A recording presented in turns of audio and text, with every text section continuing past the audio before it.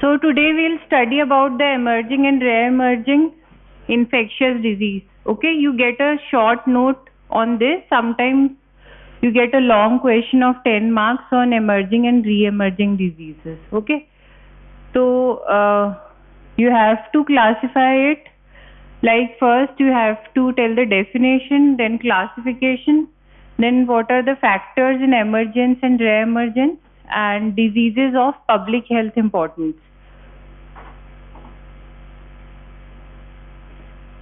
So see, despite optimistic forecasts being made in 1960 about eventual control, elimination, most of the infectious disease like HIV, SARS, pandemic influenza, recently superbugs has haunted the mankind. अभी कौन सा emerging disease आया था latest? Covid. Okay, तो आप लोग को समझ आ रहा है emerging disease का क्या मतलब होता है? Emerging disease which have, see the definition. If the question comes, सबसे पहले you have to start with the definition. Okay, emerging, this is first year ना? First year? Okay. Emerging infectious diseases are the diseases. All of you please keep quiet. This is not a very lengthy class, but you have to keep quiet for some time. Okay, keep quiet please. They have not occurred in humans before. This type of emergence is difficult to establish and is probably rare, like COVID-19 pandemic. Okay, तो all of a sudden एक disease आया जो पहले नहीं हुआ कभी, तो that is the emerging disease, emerging infectious disease. Infectious is एक से दूसरे को भी transmit हो रहा है, right? It has occurred previously but affected only a small number of people in isolated peoples like AIDS and Ebola hemorrhagic fever. एक case हो सकता है कि कभी हुआ ही नहीं पहले, okay, but all of a sudden आ गया. एक हो सकता है कि पहले हुआ है बट एक स्मॉल पॉपुलेशन में हुआ है, ओके, लाइक एड्स और Ebola haemorrhagic fever. Then next is it have occurred throughout the human history but have only recently been recognised as a distinct disease due to an infectious agent like Lyme disease and gastric ulcer. इसका मतलब पहले हो चुका लेकिन अभी differently behave कर रहा है, या फिर डिस्टिंक्ट डिफरेंट डिजीज की तरह उसे रिकॉग्नाइज किया है. एग्जाम्पल है Lyme's disease and gastric ulcers. ये सब इमर्जिंग री इन्फेक्शियस डिजीजेस हैं. ओके, आपको सारे नाम याद नहीं रखने. अगर आप रिसेंट भी 5-6 नेम्स याद रख लोगे that is enough. Okay, but आपका एक पूरा पेज दे रखा है पार्क में. आपको पता है कौन सी बुक पढ़नी है आपको पीएसएम के लिए? पार्क. ओके, आपकी क्लासेस स्टार्ट हो गई हैं तो आप पार्क बुक ले लो. अभी जिन लोगों का वाइवा था, आप हैं उसमें से कोई, इनमें से जिनका वाइवा था अभी है ना? कुछ बच्चे इधर. ओके, तो आप नहीं, या तो आप लोगों को पता नहीं था या आप लोगों ने क्लासेस अटेंड नहीं करी. I don't know what was the reason, but that performance was not good.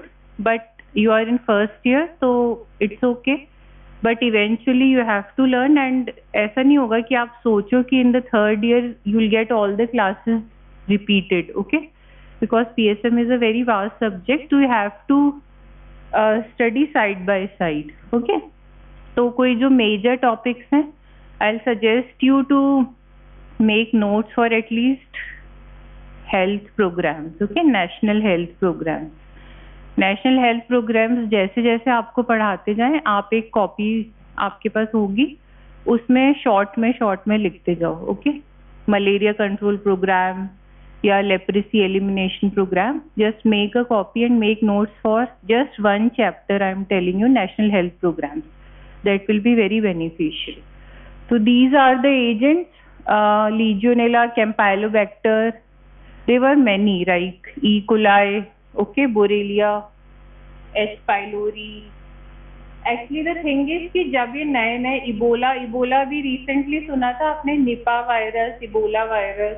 Okay, HIV भी जब 83 में नया आया था तो that was also emerging disease at that time.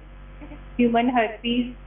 अभी रिसेंटली से पहले avian flu H5N1, then corona virus, ये सार्स का आया था 2003 में, then again COVID-19 corona virus in 2019 and इससे पहले क्या आया था, स्वाइन फ्लू। तो you can remember 5 to 6 names, तो आप examples में लिख सकते हो। First of all you have to write the definition, then you can write these names. Some parasitic agents also which causes diarrhea, persistent diarrhea, atypical babesiosis, disseminated disease. Now what are re-emerging diseases? Those were emerging disease. Re-emerging diseases are the diseases which are caused by an infectious agent previously known to infect humans, which has re-emerged, which has re-entered the human population or changed the epidemiology susceptibility to anti-infective drugs. Okay. See, re-emerging disease is कि पहले वो disease हो चुका है but या तो वो mutate हो गया। अभी आपने देखा कोविड में भी बहुत सारे आ रहे हैं ना, डेल्टा, अल्फा, तो इधर जो म्यूटेशन हैज अकर तो वापस री एंटर हो गया ह्यूमन पॉपुलेशन में, बीच में बंद हो गया था। और जितने भी उसके लिए मेडिसिन दी जा रही है उससे वो रेजिस्टेंट हो गया है। रेजिस्टेंट का मतलब पता है आप लोगों को? रेजिस्टेंट का मतलब पता है क्या? Yes or no? You are just in first year. This is not necessary you should that you have to know everything. आप पूछ सकते हो रेजिस्टेंट का मतलब पता है कि नहीं, yes or no? Okay, resistant means कि suppose a person is taking azithromycin, okay, but अब उसके azithromycin से कोई असर नहीं होता, हाँ, so that means the person has become resistant. Malaria किससे होता है? मच्छर से होता है ना, ठीक है। अब ये होता है कि वो डीडीटी से रेजिस्टेंट हो गई है ना, जो मॉस्किटो है वो रेजिस्टेंट हो गया, यानी डीडीटी स्प्रे करेंगे तो अब उस मॉस्किटो को कुछ नहीं होगा, तो we have to use some other alternative. This is known as resistant. Example, appearance of plague in an explosive form in India in 1994, ठीक है, after 27 years, cholera in 1995 and dengue haemorrhagic fever in 1996। तो ये वापस री emerge हुए थे, ये री इमर्जिंग डिजीजेज है। Now next is, these are the re-emerging diseases. Pathogens हैं, these are being divided into 2 groups. You can remember the names if you are able to, but these are not necessary. Okay. Now the thing is कि क्यों होते हैं ये वापस re-emerge और emergence क्यों होती है, उसके causes है। Factors in emergence and re-emergence, first is population growth, speed and ease of travel, बहुत इजीली लोग यहाँ से वहाँ जा रहे हैं, तो माइग्रेशन की वजह से डिजीज यहाँ से वहाँ जाता है, जैसे कोविड-19। Okay. Changing human behaviour, global climate change, weakened public health infrastructure like war, disaster, societal disruption, antibiotic use, misuse and microbial evolution. See population, as we can see कि अभी एकदम से काफ़ी इंक्रीज हुआ है, तो then urbanization and concentration of labor forces in crowded slums, overcrowding, marginal sanitary conditions, they are the greatest threat for emergence and spread of infectious disease. You can see in the picture कि अगर इस तरह की condition होगी तो infectious disease तो बहुत जल्दी इधर से उधर ट्रांसमिट होंगे, right. Now next is speed and ease of travel. As the person can easily travel, तो disease भी easily travel करेगा. These are the factors which are responsible for the disease. So first you have to write the definition, you have to give some examples, and then you have to write the factors. Okay. See, from 1852 to year 2000, it has tremendously increased. Now, expansion of human habitation in previously uninhabited areas, increased daycare centers and nursing population, food trade across the globe, IV drug abuse, changing sexual practices, iatrogenic immunosuppression and organ transplantation, mistrust and misinformation among population group, and bioterrorism. Okay, what is bioterrorism? Anyone? Biologically किसी भी disease को एक country से दूसरी country में भेजना and to spread it, any infectious disease, okay, just as we talked about COVID, right? Now please keep quiet.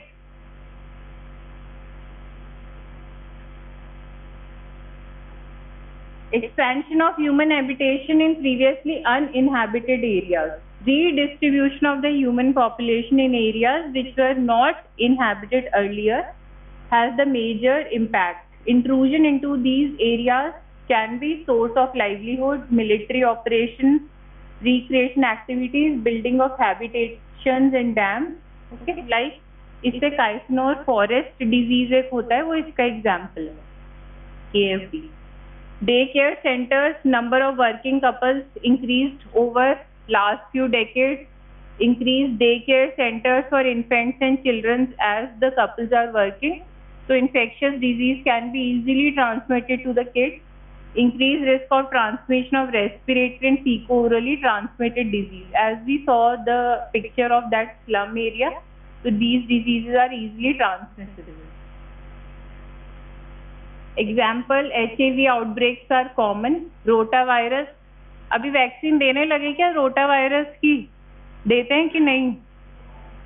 No ma'am, देखना बेटा जाके national immunisation schedule. Okay, NIS में rotavirus is also included in the immunisation schedule. Okay, rotavirus देते हैं अभी. Giardia, Shigella, Campylobacter. Increased nursing population like healthcare workers.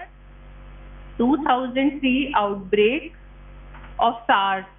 Okay, इसमें एक healthcare worker infected 10 colleagues, 3 patients, 7 visitors and her husband in Singapore.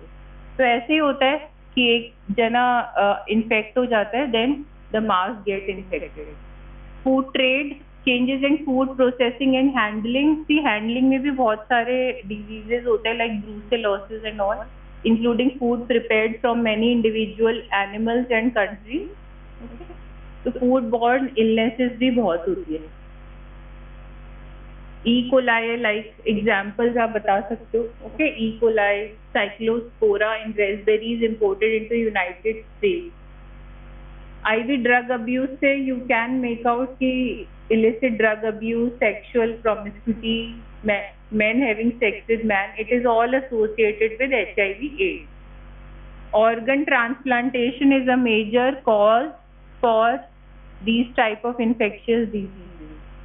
Immunosuppression induced in organ transplant recipients and other diseases through drugs provide favorable environment for different pathogens to mutate and reproduce, like staph epidermidis.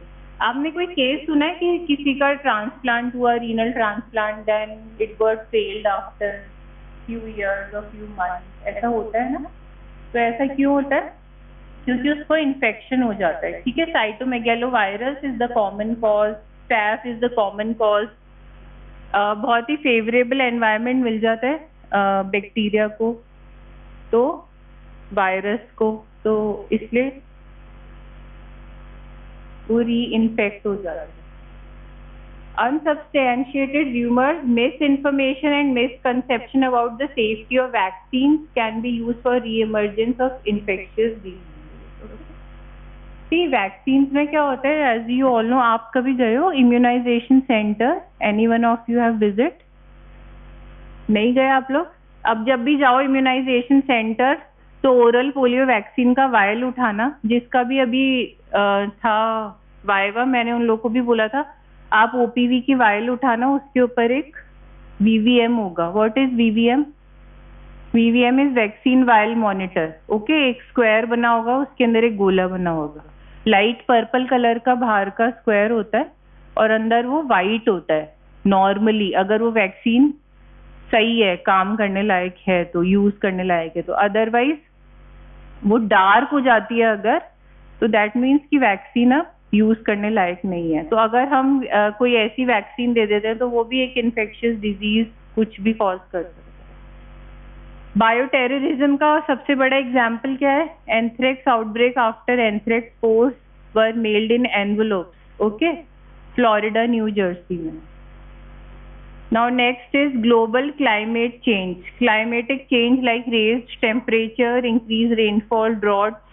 इसके effect क्या है कि vector और pathogen population change हो रही है, तो vector की कैरेक्टरिस्टिक्स भी म्यूटेट होती है, तो इसलिए वो रेजिस्टेंस हो जाता है उनमें.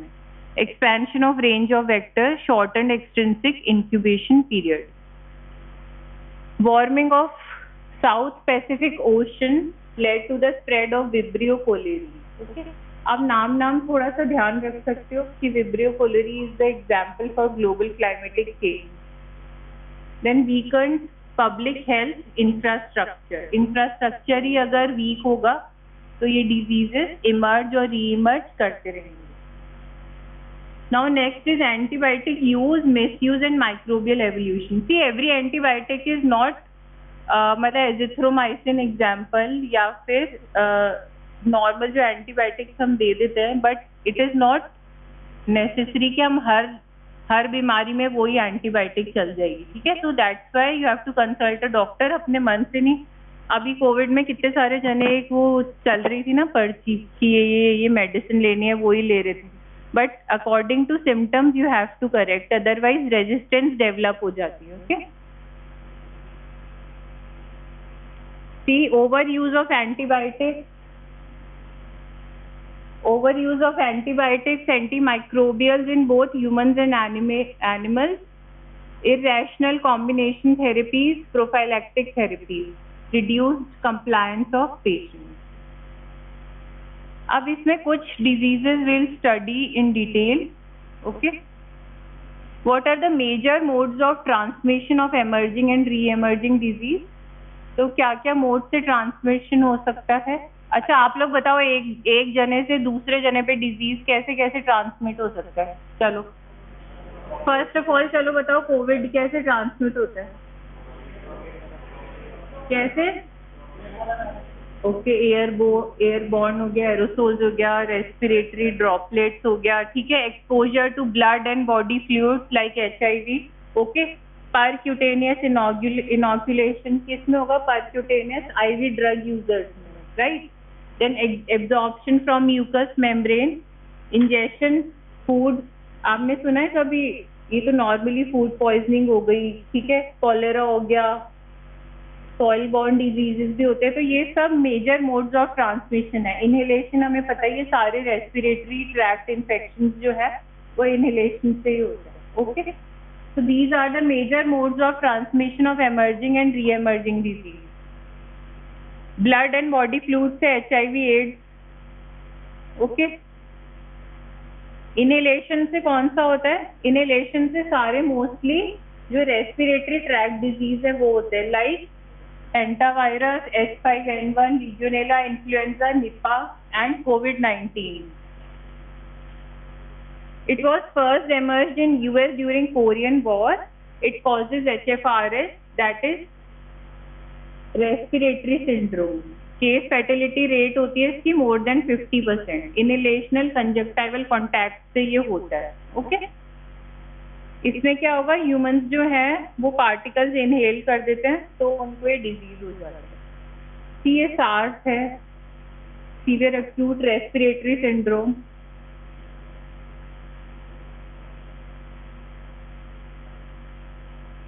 ये सब एग्जाम्पल्स हैं. ओके. आपको क्या लिखना है? अगर आपके पास क्वेश्चन आता है, सबसे पहले आप लिखोगे definition. Okay. You write some example. Second point. Third point, you write what are the factors which are responsible for emerging and re-emerging disease. As I told you, population growth, यहाँ से वहाँ migration, बहुत सारी चीजें हमने देखी ना. Then in the last you can write some examples also. You can then make a chart of mode of transmission and then you can write few examples. Okay, इतना तुम लिख दो तो तुम्हें 10 नंबर पूरे मिल जाते हैं. एक दो बीच में वो बना दिया करो फ्लो चार्ट या कुछ ऐसे फॉर्म में मत लिखा करो. Corona virus. WHO organized network of international lab surveillance system to evaluate and control disease. CDC identified SARS-CoV from live civet cats sold in wet markets in China. Okay. इसमें highest antibody prevalence was found in those who traded in mass palm. Legionella ये क्या करता है, लीजियोनेयर disease करता है। इसका first outbreak health department में हुआ था मिशिगन में। सेल्फ लिमिटिंग रेस्पिरेटरी इलनेस है जो अपने आप 2 से 5 दिन में ठीक हो जाए। Next is influenza. इसमें इन्फ्लुएंजा में major shift in makeup of influenza virus occurs every 20 years, ठीक है। triggers large epidemic in many parts of world and thousands of deaths. New strains of cholera, influenza do not follow the usual pattern of being more common in young people. Spanish influenza, आपने सुना Spanish flu का नाम सुना था जब Covid आया था तब? So this is the thing, Spanish influenza in which 20 to 40 million person died. It was caused by new H1N1 strain to which population was not immune. So see, cholera, influenza, these are the examples of re-emerging disease, right? पहले हो चुका but इसमें कुछ ना कुछ mutation हो गया तो 20 साल बाद आया तो वो जो पहले हुआ था उससे डिफरेंट था, फिर वापस 20 साल बाद आया तो फिर वो डिफरेंट था। तो this is a re-emerging disease. Nipah virus zoonotic paramyxo infection causes viral encephalitis. इसका आउटब्रेक मलेशिया में हुआ था which affect more than 200 individuals and many pigs. Okay. Initially, the outbreak thought to be due to Japanese encephalitis, but only men in direct contact with pigs were involved. Many pigs were sick, and most the human cases were immunized against Japanese encephalitis. पहले सोचा था it is due to Japanese encephalitis, but जो mostly humans थे वो immunized थे JE से, so that's why it was known कि ये Nipah virus. Novel coronavirus cluster of pneumonia cases of unknown origin in December 2019. ये recent pandemic COVID-19 dashboard you can see. फिर होता है इंजेक्शन से कौन कौन से डिजीज होते हैं। आप ऐसे डिवाइड कर सकते हो कि थ्रू इनहेलेशन कौन से होते हैं, थ्रू बॉडी मतलब फ्लूइड या ब्लड से क्या होता है, फूड वाटर सॉइल से E coli, cryptosporidium, cholera, prion disease, scrapie, kuru, BSE, CJD, ये सब होता है। E coli it leads to serious outbreak of diarrhoeal illness and kidney failure. E coli किसी ने सुना है, डायरिया होता है इससे cause. Organism can be transmitted by food, raw milk, water, direct person to person spread. Large outbreaks occurred from improperly cooked hamburgers. Then cholera, it appeared in Southeast India, later spread to Northwest, Western China and Thailand. Major causes of large-scale epidemic sporadic cases of GI illness in North America, Europe and Japan. Organism involved from intestinal flora of cattle. It emerged as a human pathogen after acquiring genetic material. It increased intestinal adherence, large plasma coding for hemolysis, and ability to withstand the acidic environment.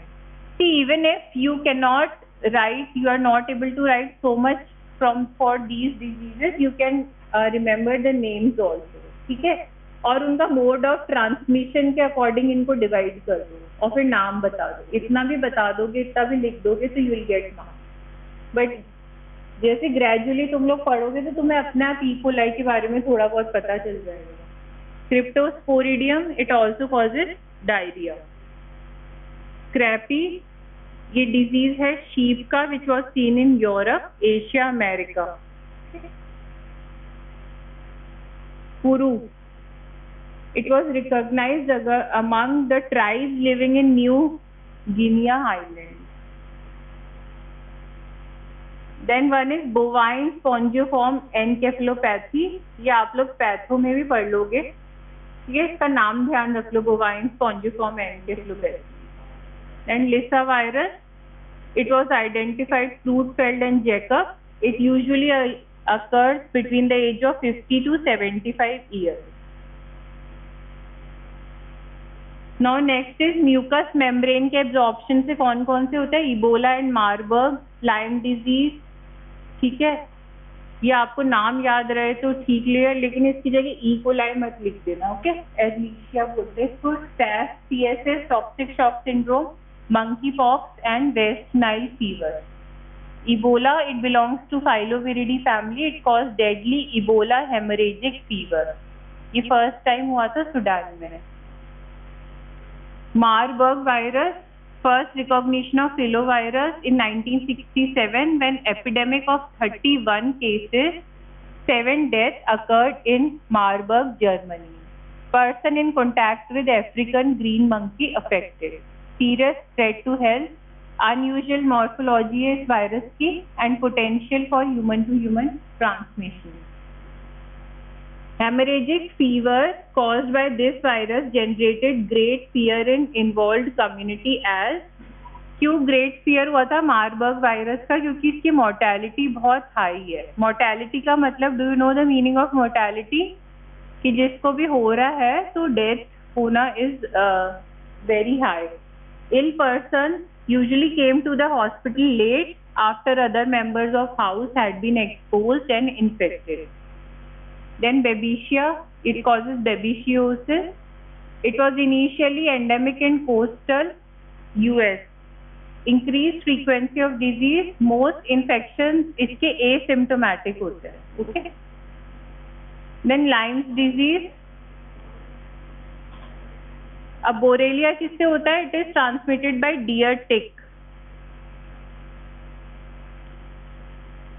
Number of reported cases has increased progressively. Geographic areas of endemicity has expanded to include coastal, northeastern, mid-Atlantic states and coastal California.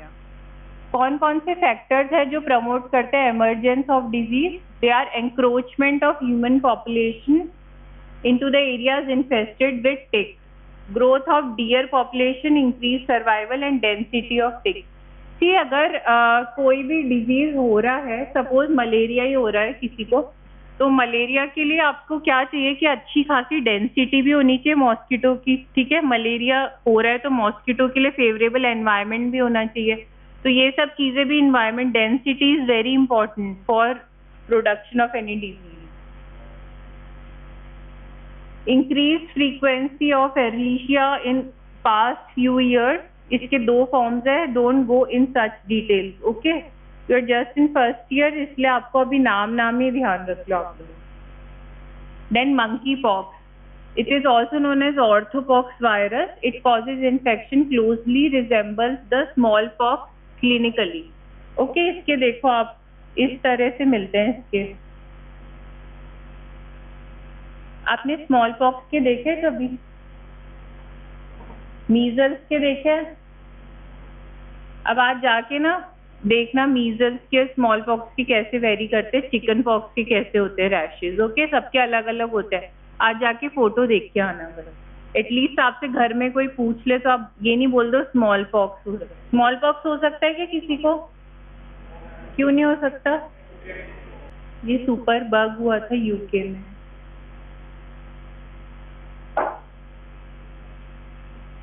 International travel की वजह से and patient use of multiple countries, health care system could lead to rapid spread of NDM1 with potentially serious consequences. Okay.